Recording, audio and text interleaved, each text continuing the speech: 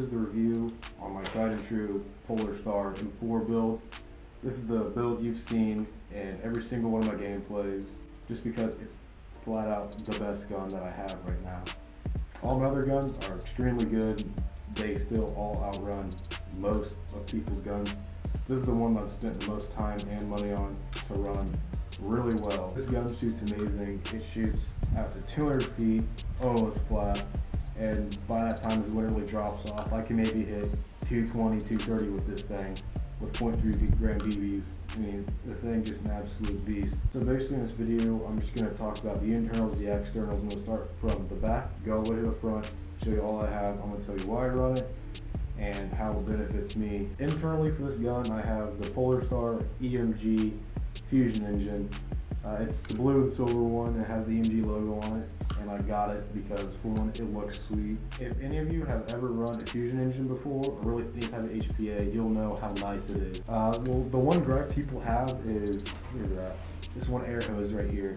But honestly, if you plug it in, you tuck it under your elbow or under your armpit, you're not going to know it's there. I never know it's there. Even going to a lefty shooting stance, I still can't tell it's there. Honestly, I'd rather have a hose and a super quiet gun than an AEG that isn't shimmed well or is shimmed well and I have to worry about gears breaking, tablet plates breaking, gear stripping. Inside the Fusion engine, I've got the purple nozzle and the red low flow popping, and this thing is super air efficient. So I run a 4500 by 90 PSI tank, the Ninja paintball one, the big one, and it'll last me the whole day at bad boy. You know, a high capacity of air and such good air efficiency that I don't have to worry about it. And that's one of the big things I also like. I don't have to worry about batteries or anything.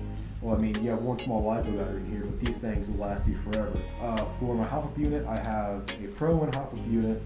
I love the Pro 1s, they feed amazing. I mean, I run this gun at, what is it, around 40 rounds per second. I think it's like 39 rounds per second right now, and this thing feeds flawlessly with the Pro 1. It's CNC machine, it's rotary style, and the blue anodized, whatever it is, it looks really good. I really like it. I have an R-Hop ZCI barrel. This is the reason why it shoots so flat. Combined with the Orga pink flat nub I have with it, I mean, this thing just shoots laser beams. I can almost shoot flat 200 feet with this thing. You know, just with a little bit of hop, I can shoot 200 feet easily, and I can really hit people at distances that, you know, other people can't hit me at. Starting from the back, I have an A&K stubby stock. I'm not the biggest person in the field. I'm pretty small. I'm not tiny, but I'm pretty small, and I don't like to mess with the whole adjustable stock thing.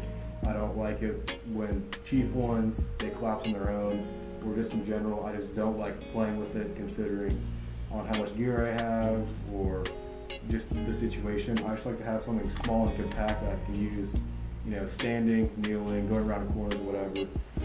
These small stocks really do it for me. Going to the receiver, I have an A&K stubby pistol grip. This is the grip that has the thumb rest on it. You know, I really like that.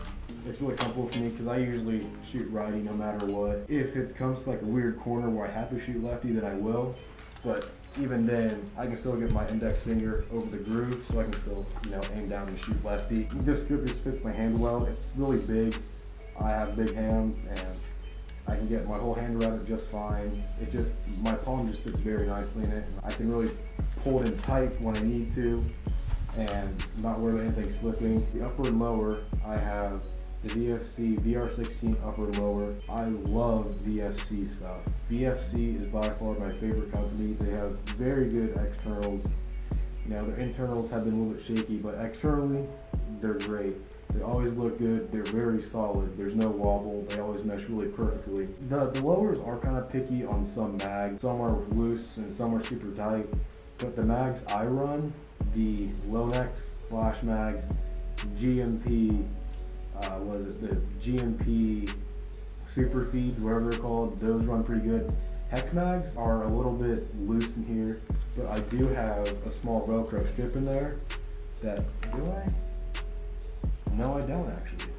Depending on the mags that I do run, I do sometimes put Velcro in, because if I'm playing a milsim type game or a milsim game, well, same thing. But any milsim type event, I'll put a piece of Velcro in there. Alright, so for my rail system, I have the Troy TRX. This is the 15-inch, 14-inch. It's the longer one. Really good rail. There's not much to it. It's super light. I mean, the only thing I do have on this rail is my Magpul AFG. This is the Gen 1.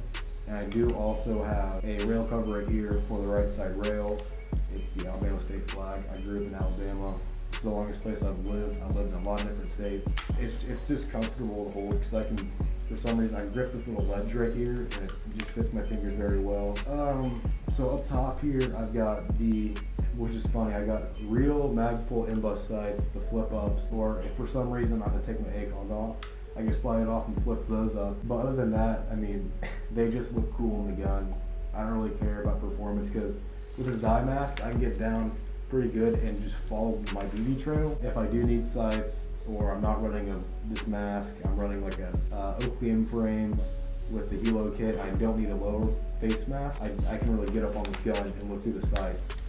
But then again, most people don't use sights in the first place. Alright, so for the outer barrel, I use the VFC VR16 outer barrel. This is the 15-inch. The reason I use it is because I have VFC upper, they fit perfectly together, no wobble whatsoever. Alright, so going on to my flash hider, I've got the Cyma QD suppressor. I think this is their Masada type, but it looks really good in this M4. I love how it looks. The great thing about this is that this is foam filled, and in the woods or something, I'm at, a skirmish in the woods, I can put this thing on and I'm silent, they can't hear me. And if I want to go loud, I'm on like a CQB, short type field, I can pop it off, have, a couple inches off the end of my gun, and I can sound super mean. Because this flash hider, funny enough, makes my gun sound louder. It has more of a snap to it, which I really like. And also that, it just looks cool. I mean, the suppressor on this gun looks very cool. Alright, so I'm going to do some shooting here with this thing. Show you guys how it runs, how it performs. Alright, so I am going to be running EMG .32 gram BBs. And don't worry, yes I know they're 32s. I don't jewel creep. I keep my PSI down so it shoots at lower FPS and a lower jewel, so it's okay. There is just a little bit of wind right now. You can't really tell because you can't really see the first person.